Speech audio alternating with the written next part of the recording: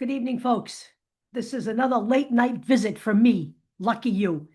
So, we're going to talk about this great article that appeared in IndyStar on the 3rd of October by Christine Brennan, who is the woman who wrote the book, which I have on display here, which you will see soon, which is Caitlin Clark on Her Game. Now, I'm going to put this article, I'm going to embed it, a link to it in the body of this video that I'm making.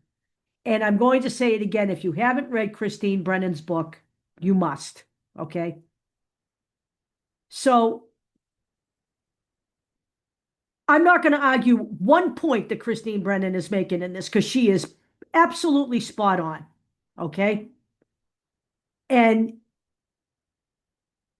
this whole, her premise is that this whole fight between Nafisa Collier and Kathy Engelbert should not be I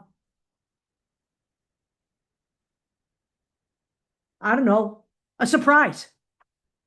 None of this should be a surprise, okay? Because in her eyes, and I agree with her, the league blew the introduction of Caitlin Clark into the WNBA, okay? They acted more like they didn't want her there. And honestly, we're going to talk about that because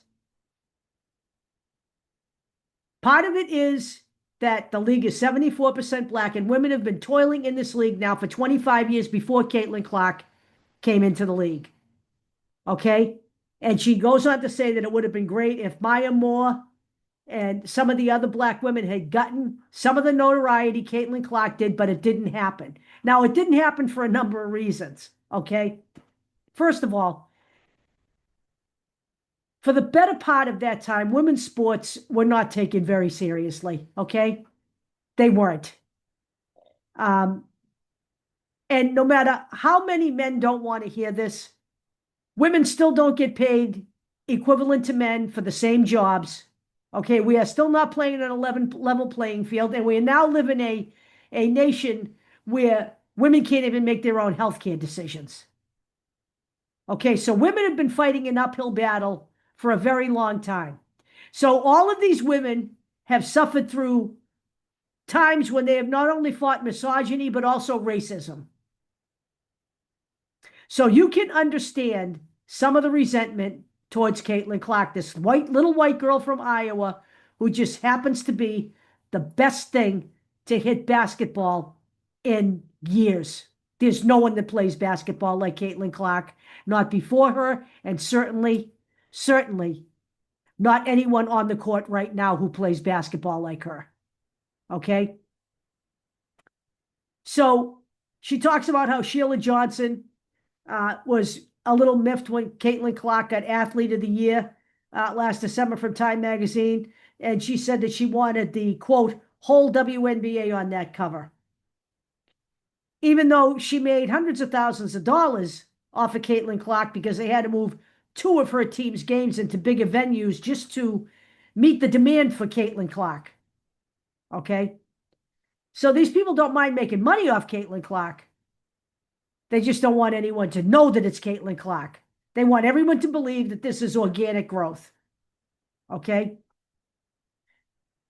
Because they don't want to ruffle anyone's feathers, basically, is what I'm saying. But not everybody thinks that way. Okay?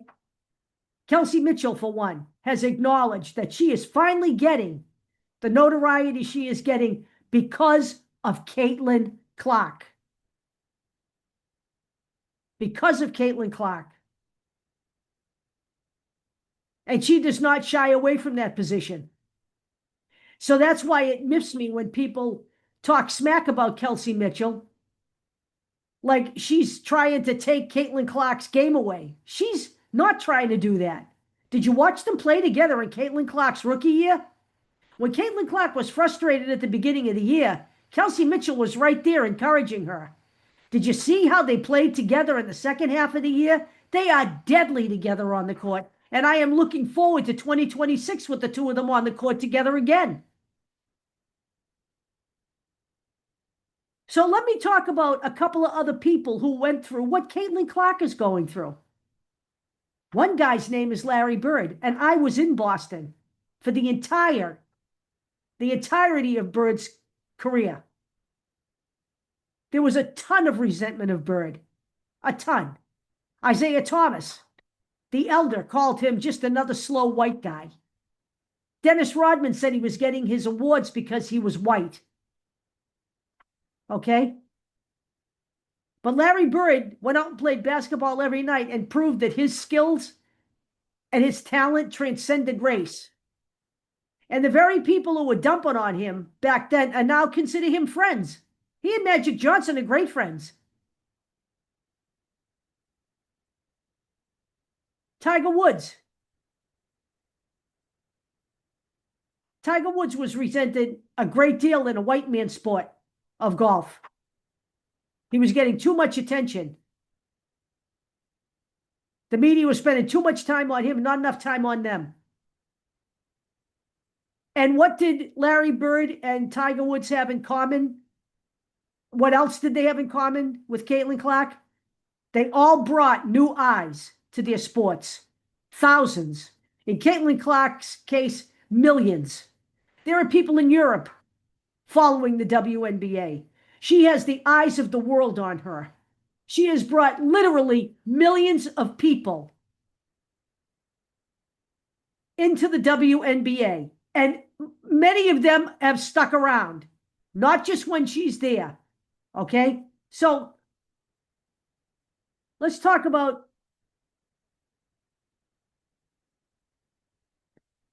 and I've alluded to this, the nonsense of Kathy Engelbert making the statement that Caitlin Clark should be thankful that they gave her a venue to make all of this money outside of basketball. I have some really bad news for you, Kathy.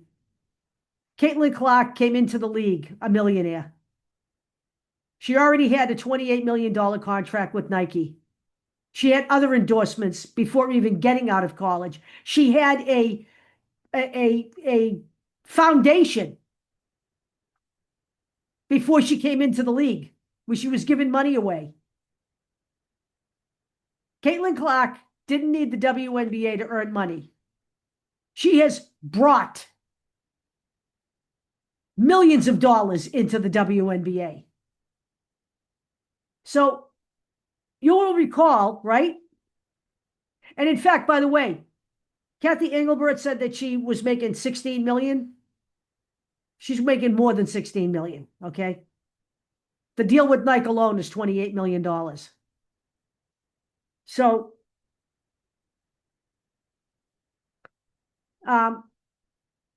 you'll remember I did a video of Caitlin Clark and Brianna Scurry exchanging T-shirts at a game. And a lot of people brush that off as just being PR, but it isn't actually. Because Brianna Scurry really does genuinely love and respect Caitlin Clark and thinks she's an amazing basketball player. And this is what Brianna Scurry said in Christine Brennan's book. Quote, Caitlin Clark's presence, while polarizing for some people, is really a watershed moment for the league. And I just hope all these amazing Black players are taking full advantage of the fact that the spotlight is on what they are doing now. I understand there's a lot of frustration, there's some anger, because the league has been around for 27 years before she came. But my goodness, it's having this moment right now. And please, please, please, as players in the league, do not let this opportunity pass you by to get yours. The rising tide that lifts all boats. That's what Caitlin Clark is. Okay? That's what Caitlin Clark is. So, there's another aspect of this that I wanted to talk about. I see people all the time making the statements that Caitlin Clark should just walk away from the WNBA and go play in Europe. Caitlin Clark doesn't need the WNBA. No, Caitlin Clark wants the WNBA. Okay?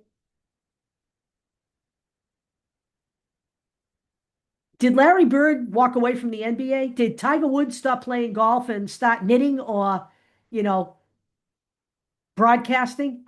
No. Neither one of them walked away.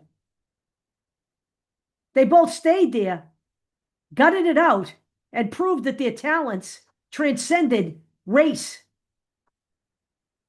And that's exactly what Caitlin Clark will do as well. Because that's the kind of person she is. So no, Caitlin Clark should not be told to walk away from the WNBA. Is that what you tell your kids when the going gets tough, walk away? That's not the kind of stuff I tell my kids. Caitlin Clark should be, I don't know, admired for wanting to bring this game to where it needs to be brought and leave it in a better place for the players that come after her. Okay, the women before her fought not only misogyny, but racism. So you can understand some of their, I don't know, resentment. Because guess what? Guess who else understands it? The 23-year-old kid from Iowa. She gets the big picture. She's not walking away from the WNBA now or ever. Not until she's retired because she can't play anymore. She is not walking away from this. She has no intention of doing that. And the more I see these clickbait headlines about signing a $1 billion contract in Europe, I'm out. You know, whatever the headline is. Those people aren't fans of Caitlin Clark. Those people are parasites. Monetizing their sites and getting clicks off Caitlin Clark's name. They're not fans. And people who are telling Caitlin Clark to walk away can pretend that they really do think of her, but they don't. They're not thinking of Caitlin Clark. They just want to pay the league back. So in their minds, the best thing for Caitlin Clark to do is to just walk away from the league and leave them high and dry. But that isn't what Caitlin Clark has any intention of doing. And she is to be commended for what she is doing. She is to be commended for the way she carries herself. She is to be commended for the way she handles herself. And she is to be commended for having intestinal fortitude and loving the game enough to stick this out. Those are the players who transcend the problems and become superstars, not the quitters. Caitlin Clark's not a quitter. So I'm going to put this article in here because it's spot on. And by the way, okay?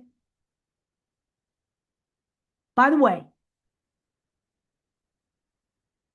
I agree with Nafisa Collier. And Caitlin Clark does too. But two things, so we're clear.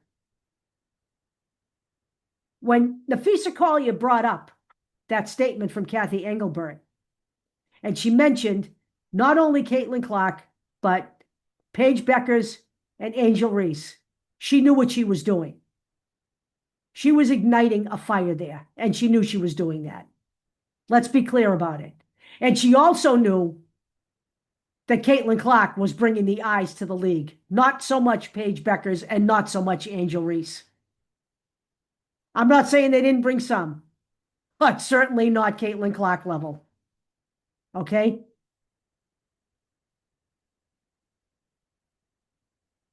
So let's be clear about that. And the other thing is that Caitlin Clark has backed Nafisa Collier and called her points all valid and talked about what leadership needs to do moving forward. And that's all that Caitlin Clark needs to say. So these people who keep insisting that Caitlin Clark needs to speak up more because they mentioned her name, no, she does not. She is not a player rep. She is a basketball player. She is not on the negotiating portion of the Players Association for the CBA. There are other players on there who are doing that. She's not a player rep for the Fever. Lexi Hull is. Lexi Hull spoke out. Clayton Clark said what she said, and that's all she has to say. She is not bound to say any more than that. And she won't. She has had her say. She is now going to prepare herself for the 2026 season.